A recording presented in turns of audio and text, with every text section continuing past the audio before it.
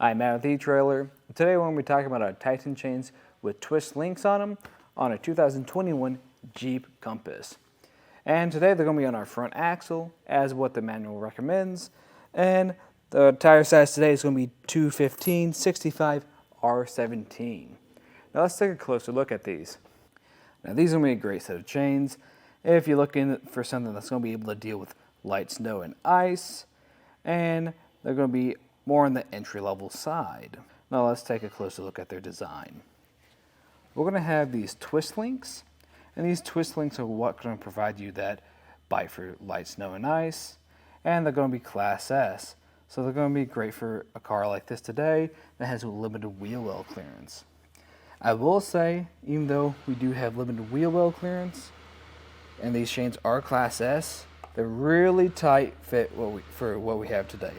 I can't even get my fingers underneath there, so kind of keep that in mind.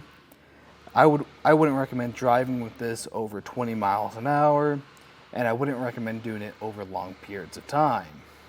This is something to definitely keep an eye on. And then we're also going to have this ladder pattern, and that ladder pattern's going to provide you more traction when driving forward. And then here at the bottom, we're going to have this lever, and that lever is going to help you tighten this all down to give you a secure fit. And right next to that, we're going to have this rubber tensioner. I strongly recommend using a rubber tensioner with the chains we have today, especially with how close they sit to your suspension. This is going to help keep tension on it, even if it loosens up when you're driving. They're going to come two to a set in the small tote box. And what I do like about this is that it is made out of this light, durable plastic, and it's not going to take up a lot of room. Your chains are going to fit in here perfectly. One downside, though, to it is, since it is made out of that light plastic, it is a little flimsy, but if you take good care of it, it should stay up to the test of time. Overall, these are going to be a solid choice for you if you're just looking for something for light duty or you're looking for the economic option. Now, my only gripe about these ones in particular is if you're looking for something that's going to be a little bit more heavy duty, something for more moderate snow and ice, I'd actually recommend upgrading to any Koenig chains that have the square links on them. Those square links are going to provide you with more bite. And a lot of Koenig chains don't require you getting underneath your car.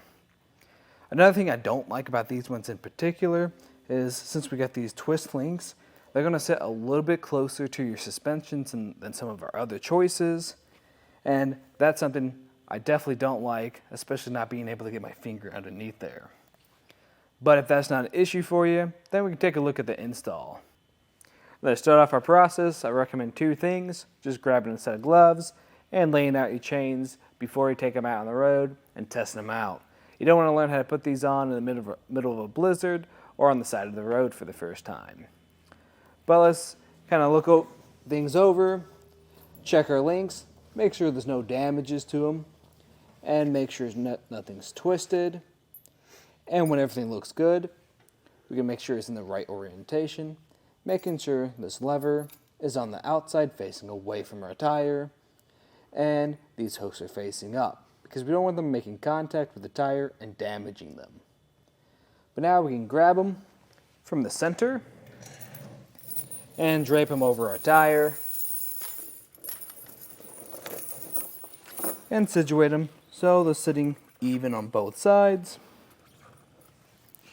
Orient things so it's going to be a little bit easier to grab. And once you've moved everything to where you want it, then we can get underneath our vehicle and make our connections on the back side. Now we're going to grab our chains and links, and we're going to put it through this hook on the side. This can be a little bit tricky if you are a larger person, because it's really hard for me to get both my arms underneath here. So I try to do this with one hand, but if you can't, you might need someone to help you. But after when you make these connections, then we can move to the front side. And on the front side, instead of having a hook, we're going to have that lever, and we're going to push it through one of these links, just like so, and pull down on it and apply that pressure, and put the other side across these other links. So you have a secure fit. Then afterwards, make sure everything feels tight. You get a good fit on here.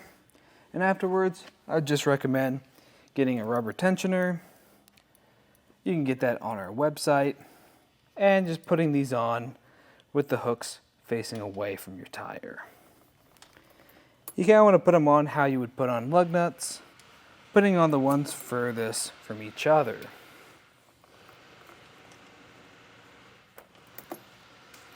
Then after, when everything's on here, then we can do the same thing on the other side. Then after that, I just recommend pulling forward some or backing up some, just to make sure everything's looking good. And after that, you can take it for a ride. If you liked everything you saw today, that's just a look at the installation and some of the features of the Tyson chains with twist links on a 2021 Jeep Compass.